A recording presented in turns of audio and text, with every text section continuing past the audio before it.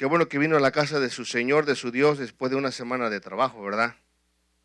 Porque dice la Escritura que el que no trabaja, que no coma.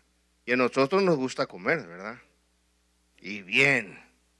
Pero no solo de pan vive el hombre, sino de toda palabra que sale de la boca de Dios. De la boca de Dios sale su palabra, y su palabra es perfecta, nos dice Salmo 19:7, la ley de Jehová es perfecta, que convierte el alma, y el testimonio de Jehová es fiel, que hace sabio al sencillo. Y vamos a estar meditando acerca de Dios. Quizás esta es una serie que voy a empezar a desarrollar, y vamos a estar estudiando a Dios. Dios es grande. Nosotros creemos en un solo Dios manifestado en Padre, Hijo y Espíritu Santo. Y a veces estas puede traer a veces una confusión, pero no hay nada de confundirnos. Nosotros adoramos a un solo Dios. Comencemos. ¿A qué venimos a este lugar? ¿A qué es lo que venimos a este lugar? A este lugarcito de 4 paredes, esta es su iglesia, Gloria de Sión. Bueno, decimos que venimos a adorar a Dios, ¿verdad? Venimos a alabar a Dios y venimos a darle gracias a Dios. ¿Por qué? Pues porque Dios es todo. Dios hizo los cielos, la tierra, Él nos da el oxígeno, Él nos da un cuerpo, nos da la familia, Él nos da trabajo, de Él proviene todo, o sea, todo dádiva, todo don perfecto proviene del Padre de las luces, en el cual no hay sombra de variación. De Él viene todas las cosas, porque venimos a adorar a Dios. Bueno, entonces, ¿quién es Dios? Se supone que venimos a adorar a Dios, pero ¿quién es Dios? Bueno, vamos a ver qué es lo que nos dice la definición. La palabra Dios, usted ya lo sabe, pero lo vamos a repasar porque tenemos a veces que refrescar la memoria. Significa ser supremo. Supremo. Un ser superior o deidad. O sea, es algo divino, algo no humano, algo no terrestre, algo extraordinario. Es un ser supremo, es un ser divino. Nosotros los cristianos creemos que Dios creó todo lo que hay en el universo. Nosotros lo creemos. Esto quiere decir que nosotros creemos que Dios ha existido siempre, hermano. Que esto se nos mete en la cabeza. Esto es una lección que tenemos que aprender. Dios ha existido siempre. No hay nadie más grande que Él, y todo ha sido creado por Él. Dios es eterno. Dios no tiene principio y no tiene fin. Dios es eterno, es sempiterno. Él ha existido desde antes que el mundo fuera creado, antes de que hubiera absolutamente todo lo que hay, tanto lo visible como lo invisible, todo, antes de todo, Dios ha sido y será y es. Dios es Dios, Él es eterno, no tiene principio y no tiene fin. Otra cosa bien, quiero que nos llevemos muy grabados esto, que Dios es espíritu. Dios no es materia. Dios no es carne. Dios no es roca. Dios no es agua. Dios no. Dios es espíritu. Y como es espíritu, obviamente no tiene cuerpo. Así como nosotros tenemos un cuerpo, ni ninguna de las limitaciones físicas de nosotros los seres humanos. Y sabemos que nosotros, los seres humanos, tenemos muchas limitaciones físicas. Los jóvenes parecieran que fueran de hule, pero conforme va pasando el tiempo, los jóvenes empiezan su cuerpo, querramos o no, el cuerpo se empieza a deteriorar y empieza a haber limitaciones, y lo que antes no necesitábamos, ahora lo necesitamos porque ya no nos responde igual, por ejemplo, la vista.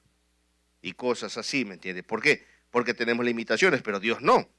Él puede estar, escúcheme muy bien, Dios, nuestro Dios, puede estar en todos los lugares al mismo tiempo y tiene el poder para hacer todo lo que desea.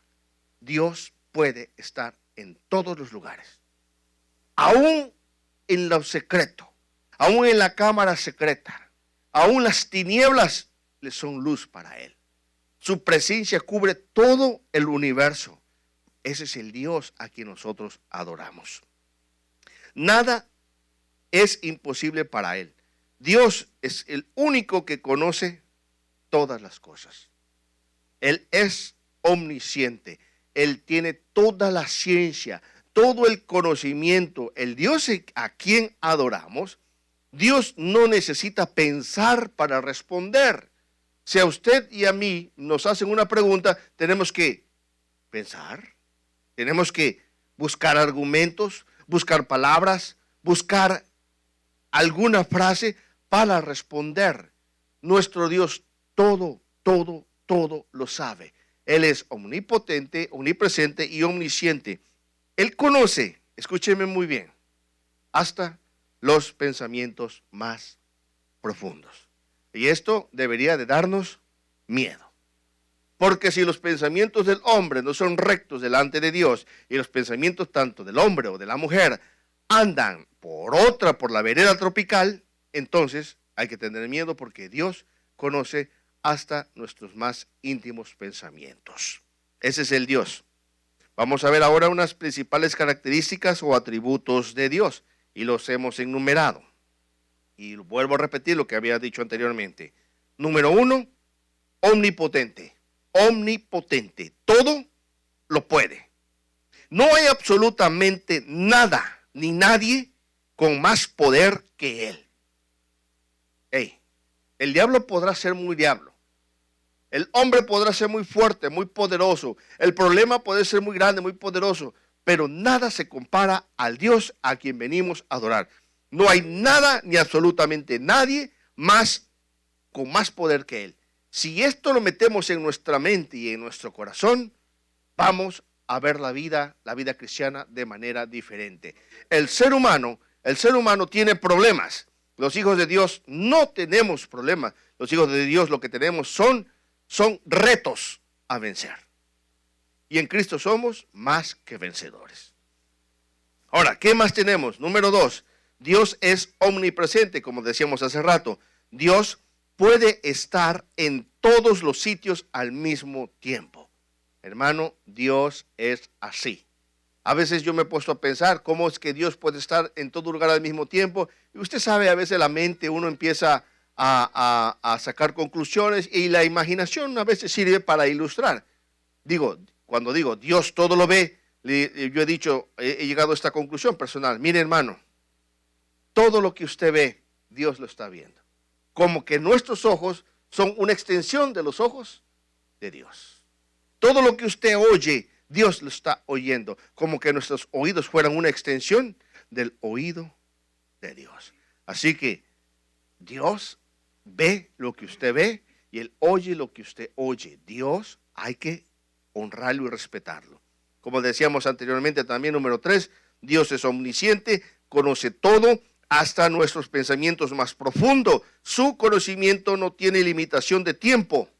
Él conoce lo pasado, todo el presente y todo el futuro. Él conoce todo, hermano. A Él no se le escapa absolutamente nada. Por eso le venimos a adorar, por eso le venimos a glorificar. Dice el salmista, aún la palabra está en mis pensamientos. He aquí, oh Dios, tú ya la sabes.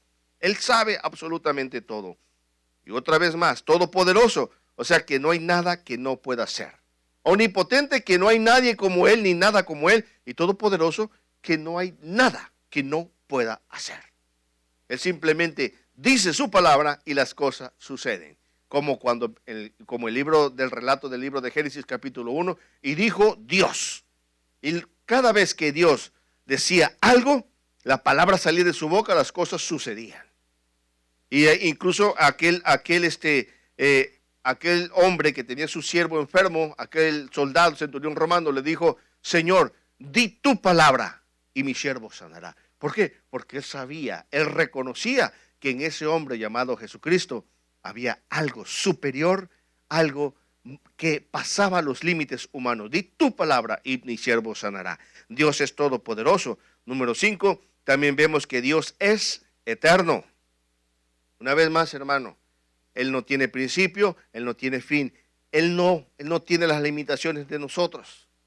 Los días de nuestra edad, dice el salmista, son 70 años, y si en los más robustos 80, con todo su fortaleza es molestia y trabajo, porque pronto pasan y volamos. Dijo el salmista, joven fui y he envejecido, pero no he visto justo desamparado ni su descendencia que mendigue pan. Pero ¿sabe qué? Dios es, Dios fue, Dios es, Dios será y Dios vendrá. Dios es eterno.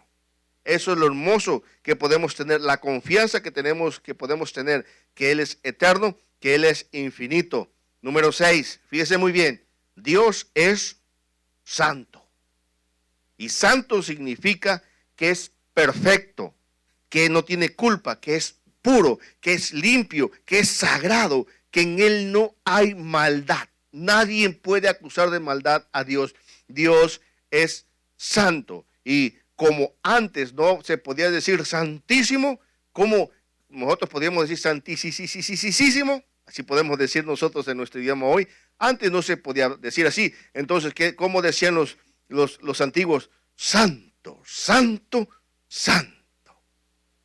Él es santo. Por eso así se decía. Nosotros decimos, para exagerar las cosas, santísimo Dios. Pero es santo, santo, santo. Él es puro. En Él no vamos a encontrar nada de maldad. Dios no creó el mal. Dios creó el libre albedrío para que sus criaturas le adoren por voluntad propia.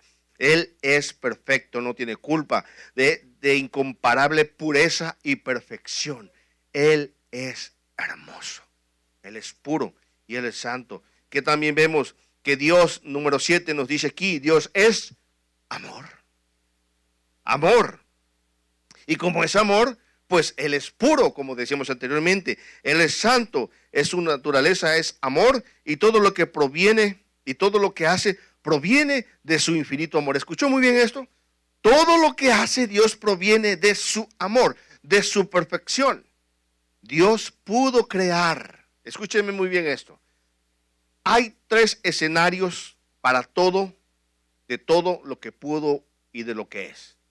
Número 1, Dios es Dios, no necesitaba de nadie, se quedaba solo en la eternidad, Padre, Hijo y Espíritu Santo, y no hay problema. Número 2, ¿qué podía haber hecho Dios? Bueno, hacer toda la creación, así como la vemos, tanto la angelical y tanto la terrestre, de todos, y hacerlo como los animalitos, que simplemente le adoraran porque Él es Dios. O número 3, lo que vemos hoy en día. Dios como es amor, Él hizo a sus seres, a sus santos ángeles, de los que se encuentran allá arriba en los cielos, y hizo al hombre con el libre albedrío.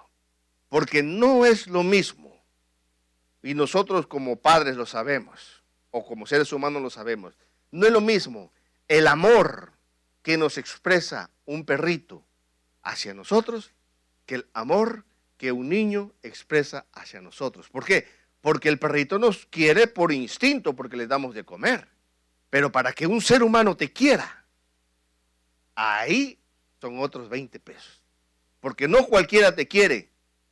Para que alguien te quiera, tiene que haber decisión y tiene que haber voluntad propia para que alguien te quiera, que te lo demuestre. Entonces, eso quiso hacer Dios. No quiso ser seres que se le arrodillaran simplemente por obligación. Por eso Dios le dio libre albedrío y nos da libre albedrío a nosotros. ¿Para qué? Para que rindamos nuestra voluntad y digamos, aquí estoy, Señor. Por eso usted está aquí presente el día de hoy.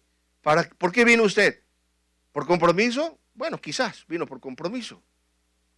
Y qué bueno que vino, aunque sea por compromiso, pero vino. Pero no es esa la intención. La intención es que usted venga aquí por amor. Por amor a un Dios que dio su vida por nosotros. Él no tenía necesidad, pero la dio. Dios es amor y todo lo que hace proviene de su infinito amor. Número 8, vemos que Dios es inmutable. ¿Qué quiere decir esto? Que nunca cambia. Él no cambia. En Él no hay sombra de variación. Él es el mismo ayer, dice la Escritura. Jesucristo es el mismo ayer, hoy y por los siglos. Dios es inmutable. Él es todopoderoso, no cambia. Tal como ha sido, es. Tal como ha sido, es y seguirá siendo Dios. Nadie habrá más poderoso que Él. También número 9, vemos que Dios es autosuficiente. Pues es Dios todopoderoso. O sea que si, al ser autosuficiente, ¿qué necesita Dios? Nada. ¿Acaso, dice un salmo, si yo tuviera hambre te lo pediría a ti? Si yo tuviera hambre, dice Dios, voy allá a los montes, voy y mato. ¿Y cómo? ¿Por qué? Porque suyo es todo. Si Él quisiera, hermano, ¿usted cree que le hacemos falta a Dios nosotros aquí, que venimos a cantarle y adorarle? No. No, Él sigue siendo Dios. Ayer compartíamos en la radio, le decía al hermano pastor Edgar y al pastor Elmer, nuestro pastor, le digo, hay unos hermanos que yo conozco, que los quiero mucho, de Ciudad del Carmen, Campeche. En una predicación que este hermano estaba diciendo, decía, por favor, hermano, ubíquese, reconozca quién es Dios. Por favor, amigo, reconozca quién es Dios. Y usted, hermano, por favor, si usted se dice ser cristiano, por favor, honre el nombre de Cristo. Si usted es cristiano y peca, mejor diga, no soy cristiano, mejor diga, estoy buscando de Dios. ¿Por qué? Porque Dios no nos necesita. Y es cierto, hermano. Él decía esta frase, miren, métase esto en su cabeza. Si Dios quiere, vivimos. Y si Dios quiere, morimos. Si Él quiere, ve cómo está todo este mundo. Si Él quisiera, como le pertenecemos, ¿qué podría hacer Dios? Simplemente nos borra y comienza de nuevo. Pero no lo hace. ¿Por qué? Por amor. Él es autosuficiente. Él no necesita nada. Dice también por ahí Job, dice, si peco, ¿en qué te daño? Dice, si yo peco, Dios, ¿en qué te daño? Nada. Si nosotros pecamos, ¿Dios se daña en su esencia como Dios? No. Obviamente, le quiero decir esto, Dios se duele de nosotros. Pero Él sigue siendo Dios. Que si no nos elimina, es porque Él es misericordioso. ¿Y sabe qué significa misericordia? Significa ser cordial a la miseria. Nosotros somos seres miserables. Miserables. Que Él sí tiene cordialidad para con nosotros. Por eso cuando aquel hombre que tenía lepra, se acercó a Él y dijo, Señor, si tú quieres, puedes limpiarme. Ahora, ese Dios que estamos hablando aquí, que se hizo carne, cuando lo vio y vio el corazón y vio cómo se humilló, era un leproso, hermano. Esa gente se le podría la carne, esa gente estaba desechado de la sociedad, esa gente no tenía amigos, esa gente estaban podridos en vida. Pero cuando Dios lo vio, nuestro Señor, quiero, dice, claro que quiero. ¿Y qué hizo? Le tocó. Y al momento de tocarlo, su cuerpo, sus células enfermas, la bacteria, todo eso que tenía, toda la pudrición que tenía, todo esas partículas cancerígenas que tenía en su cuerpo, cuando sintieron el toque del Creador, se fue. ¿Por qué? Porque Dios es autosuficiente. Él es misericordioso. Número 10, Dios es justo. Bueno, ya vimos el número 11, que Dios es misericordioso, se compadece de todos nosotros, nos ofrece su perdón, su amor y su misericordia también. Dios es justicia, hermanos, Dios es justicia, Él es justo. Todas sus acciones son rectas e imparciales. Mire, Dios no tiene favoritos. Dios no tiene favoritos, pero eso sí, dice la Escritura, yo amo a los que me aman. Y me hallan los que temprano me buscan. Dios es justo.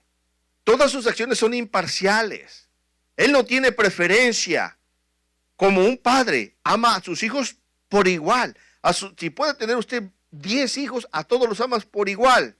Pero hay hijos que se acercan al Padre, que honran al Padre. Hay hijos que son obedientes. Hay hijos que ni siquiera necesitan pedirle dinero a papá. ¿Por qué? Porque el papá simplemente les da. Hay otros que sí necesitan pedirle.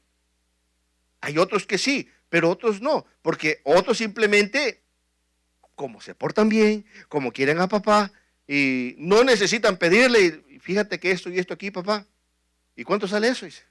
No duele a un padre gastar dinero en su hijo. Ahora, nosotros, si hiciéramos la voluntad de Dios, camináramos en rectitud, en obediencia, en santidad y en amor, ni siquiera tendríamos la necesidad de pedirle a Dios. Porque Él conoce nuestra condición, se acuerda de que somos polvo, Él se acuerda de nosotros y Él dio a su Hijo Jesucristo por cada uno de nosotros. Así que vemos que Dios es misericordioso, Dios es justiciero, todo lo que hace Dios es perfecto. Y escúcheme muy bien, como Él es justo, la Escritura nos dice que no tendrá por inocente al culpable. No tendrá por inocente al culpable. El que es culpable, es culpable. No como aquí que se pueden comprar los jueces. No como aquí que se puede comprar la justicia. No, con Dios no existe eso. Número 12, también vemos que Dios es fiel. Qué bonito, ¿verdad? Que Él es fiel. Él cumple lo que promete. Dios es digno de nuestra confianza. Él lo cumple. Lo que Él ha dicho lo cumple. Él prometió darnos vida y aquí nos tiene con vida. Él, mire, fíjese. Dijo el Señor Jesucristo, hablando de Dios, del Padre, estamos hablando ahorita de Dios. Dijo el Señor Jesucristo, sed pues perfectos, como vuestro Padre Celestial es perfecto, el cual hace salir su sol. ¿De quién es el sol? De Dios, sobre buenos y malos. Y hace llover sobre justos e injustos. Dios es fiel, Él nos da vida. Imagínese, ya pecó Eduardo. Ajá, ya pecaste, Eduardito. Te voy a cortar tantito, aquí te voy a apretar aquí. No, Dios le sigue dando el aire. Ya pecó Elmer, hizo algo Elmer que no me gustó. Ya vas a ver, te voy a dar donde te duele. No, Él es misericordioso, Él es fiel. Fiel para con el impío, con el pecador, no queriendo que nadie perezca, sino que todos procedan al arrepentimiento. Hermanos, Dios es digno de nuestra confianza. Lo que Dios ha dicho, Él lo promete, pero lo que Dios ha dicho, porque también quiero decirle una cosa, a veces las personas mal representan a Dios, los pastores mal representan a Dios, los siervos, los profetas o los apostolocos, esos que hay, mal representan a Dios tomando el nombre de Dios en vano y te dicen, así dice el Señor, esto y esto y esto y aquello. Mentira, el Señor no ha dicho nada, hablan palabras de Dios de su propio corazón. Y luego, cuando esa palabra no se cumple, ¿a quién le echan la culpa? ¿Al profeta loco o al apóstol loco? No, le echan la culpa a Dios. Dios, me fallaste. Mentira, Dios no te falló. Pusiste tu confianza en un hombre que habló de parte de Dios. Dios es fiel. Dios es fiel. No esos que toman el nombre de Dios en vano. Es que Dios habló esto y no lo cumplió. ¿Por qué no lo cumplió? Es que no tuve fe. Por favor, resulta ser que Dios se echó para atrás. No, Dios no se echa para atrás. No, Dios no es hijo de hombre para que mienta, ni hijo de hombre para que se arrepienta. Si Él lo dice, Él lo hace.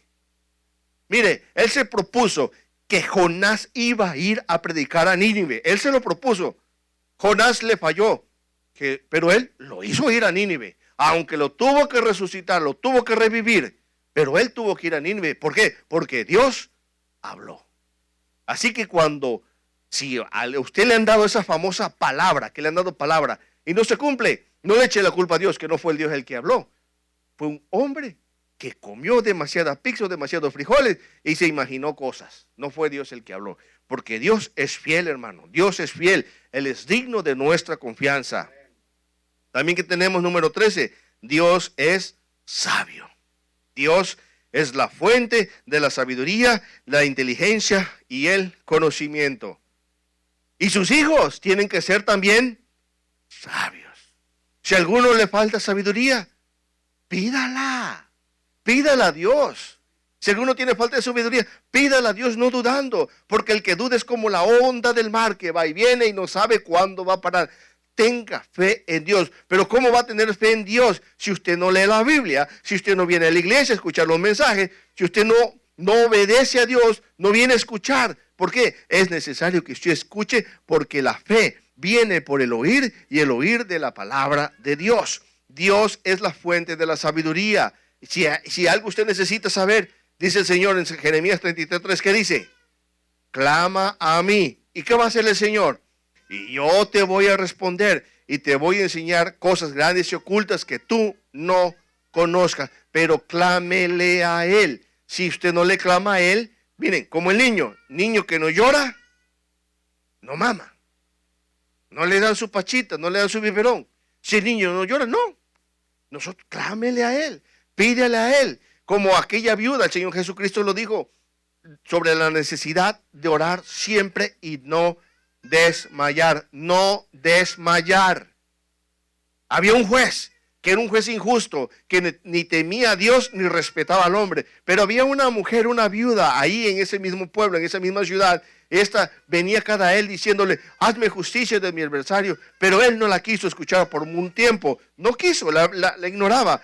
Pero como era tanta la insistencia, la persistencia, hazme justicia de mi adversario, llegó un momento que dijo el juez injusto, aunque yo no temo a Dios, los hombres ni los respeto, pero esta viuda ya me es una molestia. Le voy a hacer justicia. Y le hizo justicia.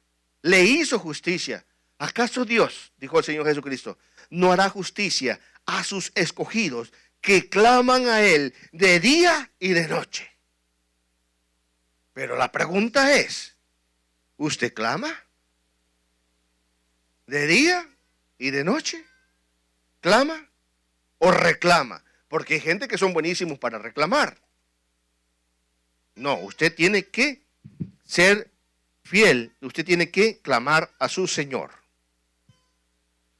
Que hermano nos dice que nuestro Dios es Salvador. O sea, nuestro Dios redime, nuestro Dios rescata, nuestro Dios salva. No desea que nadie permanezca esclavizado por el pecado y ofrece su salvación. Número 15, nuestro Dios es trascendente. Está mucho, mucho, mucho más allá de lo que podamos imaginar, hermano. Es superior a todo. Mire, cuando tratamos de pensar en Dios, ¿sabe cómo es? ¿Cómo sería Dios? ¿Cómo sería nosotros querer analizar o probar a Dios? Como que usted agarra un vaso y lo llena de agua en el mar inmenso. Dios es grande. Él es grande, hermano. Es trascendente. No entendemos sus caminos. Sus caminos son misteriosos, pero Él se revela a nosotros por amor. Pregunta, ¿cómo es Dios físicamente? ¿Cómo es físicamente? Nos da la respuesta el apóstol Juan en San Juan capítulo 4:24. Dice la Escritura que Dios es espíritu y los que le adoran. ¿Usted adora a Dios? ¿Usted adora a Dios? Es necesario que le adore en espíritu y en verdad. Quiere decir que la gente puede adorar a Dios en la carne y en la mentira.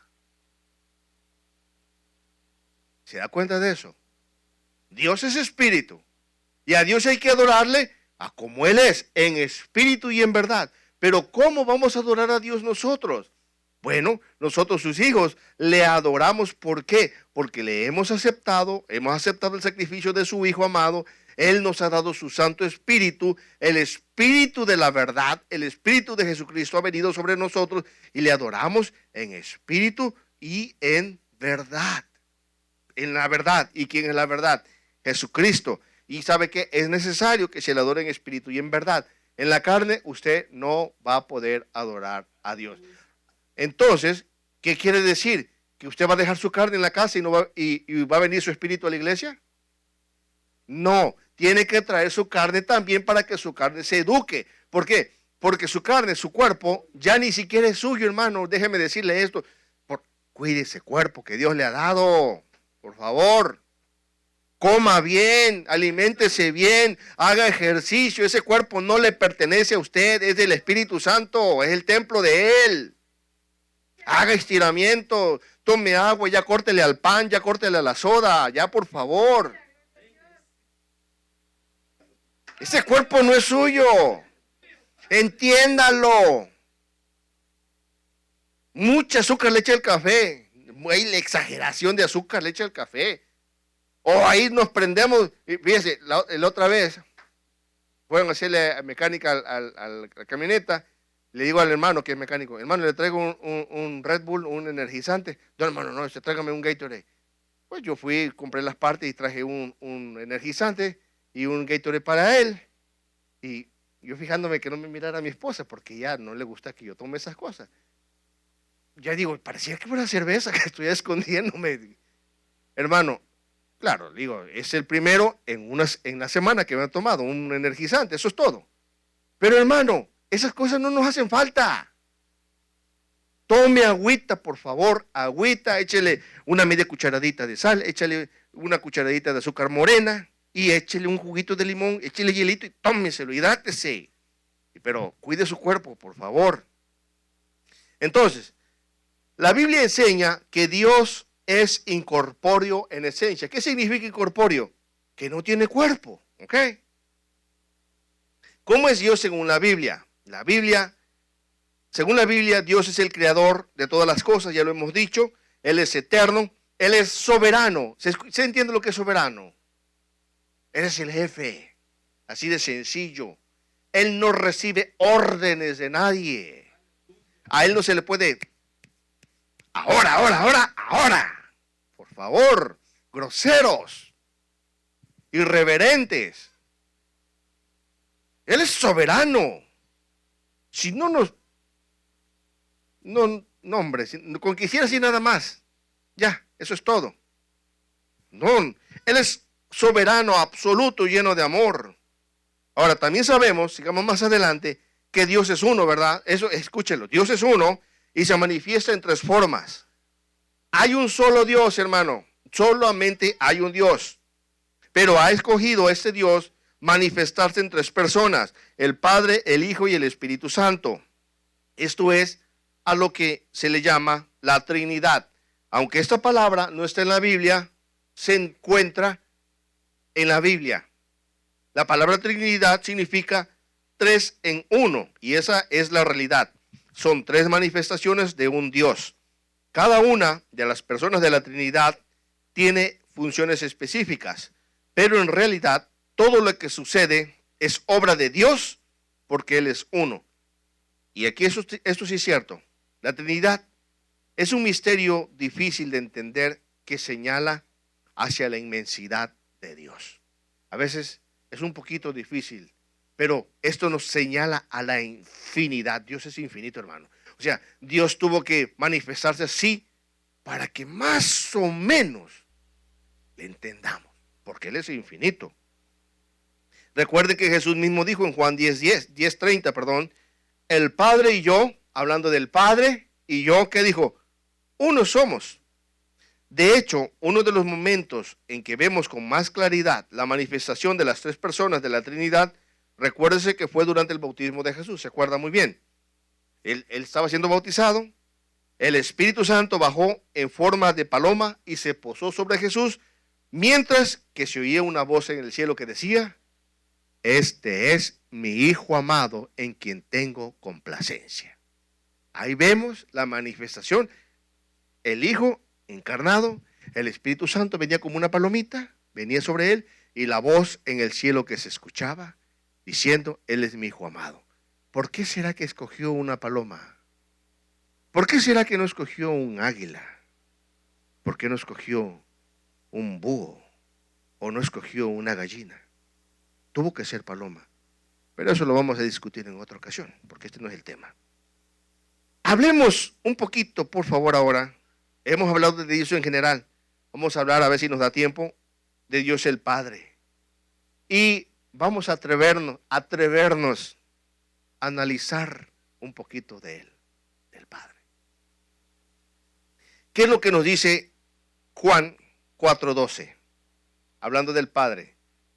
Nadie, ¿qué cosa? Ha visto jamás a Dios, al Padre. ¿Qué nos dice 1 de Timoteo 6:16? El Espíritu Santo, ¿qué dice? El único que tiene ¿qué? Inmortalidad. El que habita en luz ¿qué? Inaccesible, a quien ninguno de los hombres ha visto ni puede ver.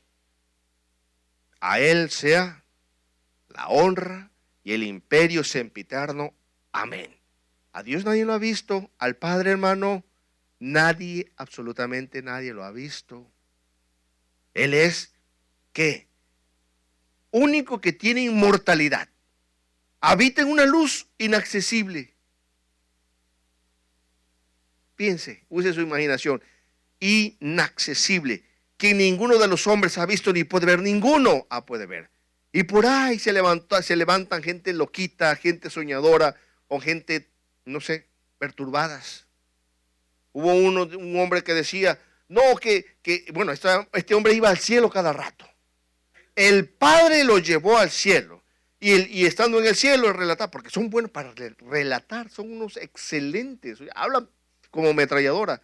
Y estando yo en el cielo, dice, todo era tan hermoso, todo era tan precioso. Entonces me dijo el Padre, ¿te gusta este lugar? Sí, aquí me quiero quedar. No, dice, yo quería dejarte aquí, pero mi hijo me dijo que te tengo que llevar a la tierra. Dios mío, lo que es ser ignorante. Y mira cómo jalan multitudes esta gente. ¿Por qué? Porque la gente tiene comezón de oír cuentos y fábulas. Al Dios, el Padre, nadie lo ha visto. Y este hablaba con el Padre. Todavía se la hubiese pasado si dijera que era Jesús. Porque Jesús es la forma invisible, la forma visible del Dios invisible. Pero, hermano, y la gente, amén, amén. Diciendo amén la gente.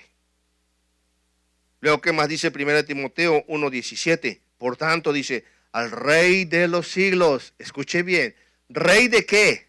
De los siglos, inmortal, invisible, al único y sabio Dios, sea, dice el apóstol, el honor, la gloria, por los siglos de los siglos. Amén. Eso es lo que dice. Ahora, ¿qué pasaría si alguien ve el rostro de Dios? Si alguien pudiera ver el rostro de Dios, si alguien lo pudiera ver, en Éxodo capítulo 33, verso 20, el rostro del Padre, ¿qué pasaría? Nuestro Señor Jehová, que es otro nombre que se le da al Hijo antes de manifestarse en la tierra, dijo más, no podrás ver mi rostro. No lo podrás ver, porque no me verá hombre y vivirá. No me verá hombre y vivirá.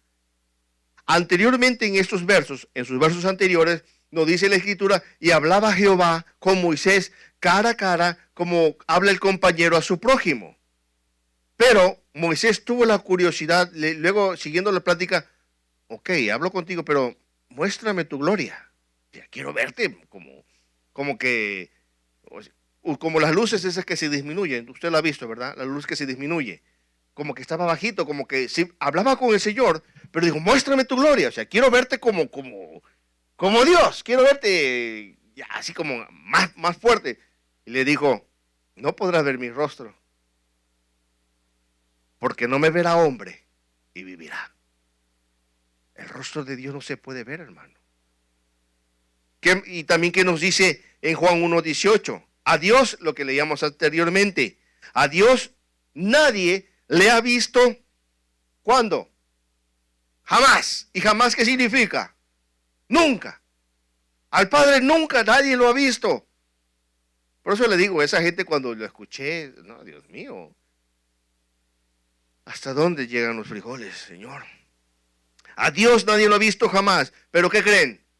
El unigénito Hijo que está en el seno del Padre, Él le ha dado a conocer. Y todos sabemos quién es ese unigénito Hijo, ¿verdad? ¿Quién es? Jesucristo de Nazaret. Pero, amado hermano, La siguiente pregunta. ¿Podrá el hombre ver a Dios Padre algún día?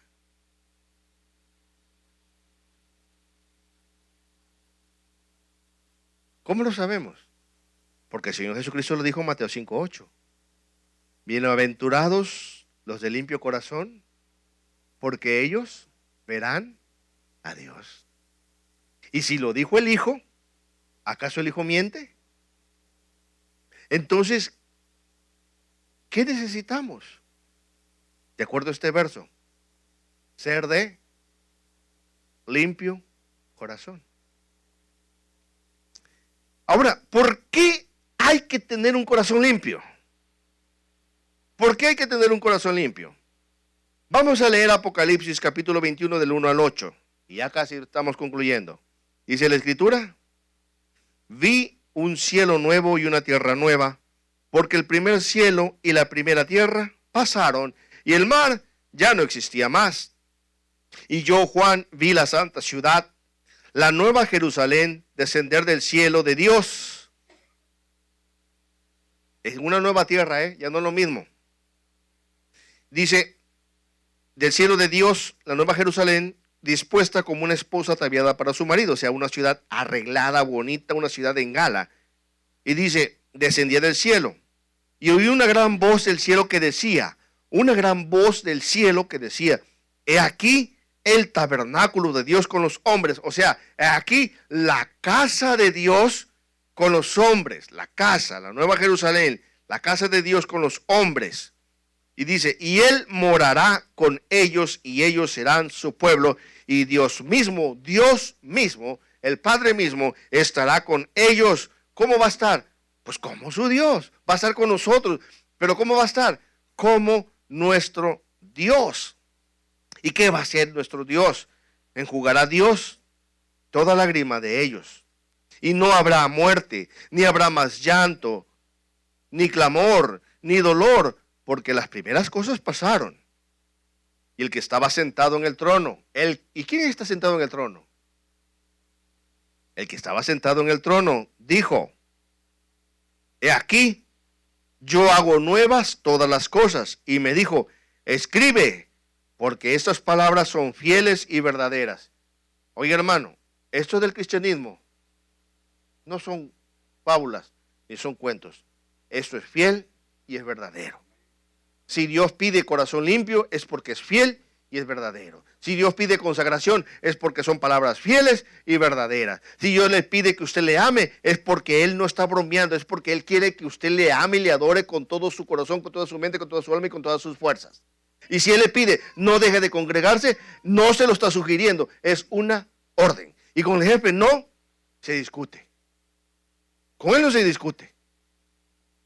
Y Él lo va a tomar por inocente el culpable. Luego dice, he aquí yo hago nuevo todas las cosas. El que está sentado en el trono dijo, escribe porque estas palabras son fieles y verdaderas. Y me dijo, hecho está. Yo soy el alfa y la omega, el principio y el fin. El que tuviere sed, yo le daré gratuitamente de la fuente del agua de la vida. Y el que venciere, heredará todas las cosas. Y yo seré su Dios. Y Él será mi hijo. Qué bonito, ¿verdad? Él será tu Dios. Y Él será nuestro Dios. Y seremos nosotros de Él hijos. Pero, aquí viene lo bueno. Pero los cobardes, incrédulos, ¿será que hemos sido cobardes e incrédulos? Los abominables, los que hacen cosas abominables. Aquellos que hacen cosas abominables en su momento de soledad, que nadie los ve supuestamente. Recuérdese que sus ojos son una extensión. No lo dice la Biblia, es una imaginación mía. Pero haga de cuenta que sus ojos son una extensión de lo que Dios está viendo.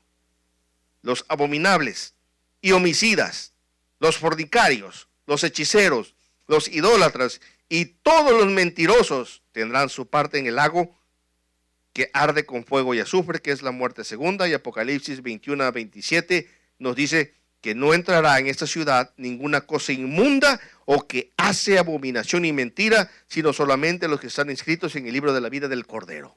Así que por eso es necesario tener el corazón limpio, porque veremos a Dios. ¿Dónde lo vamos a ver?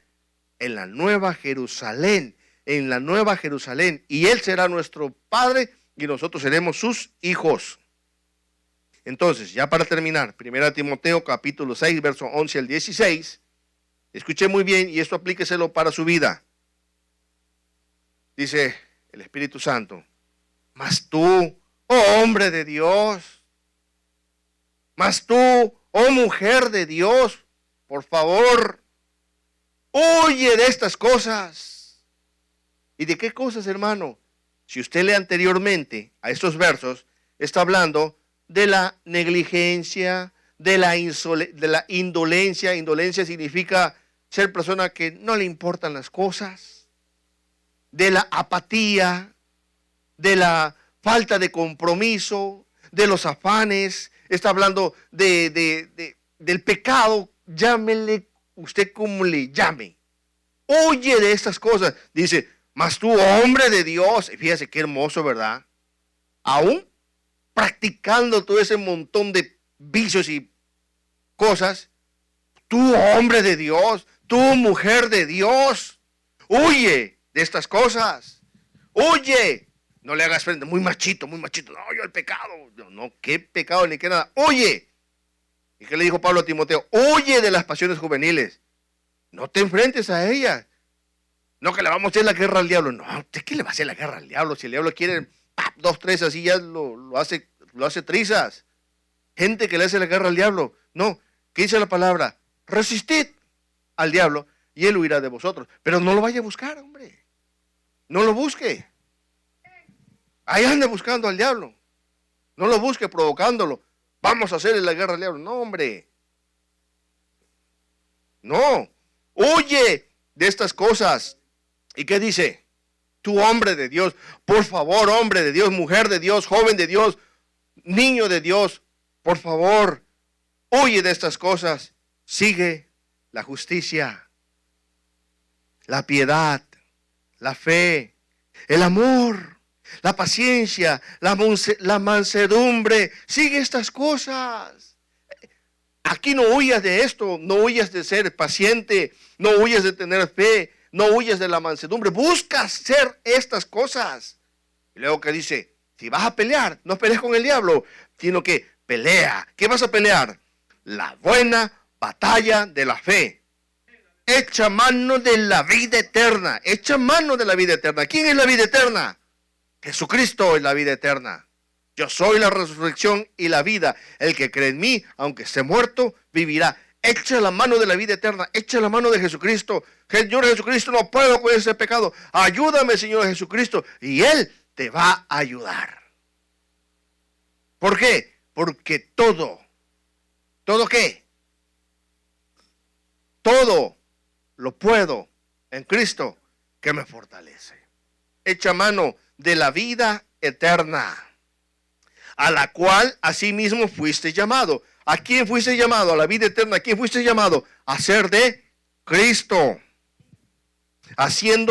Habiendo hecho la buena profesión delante de muchos testigos. Porque el día que tú aceptaste a Cristo, lo hiciste delante de muchos testigos.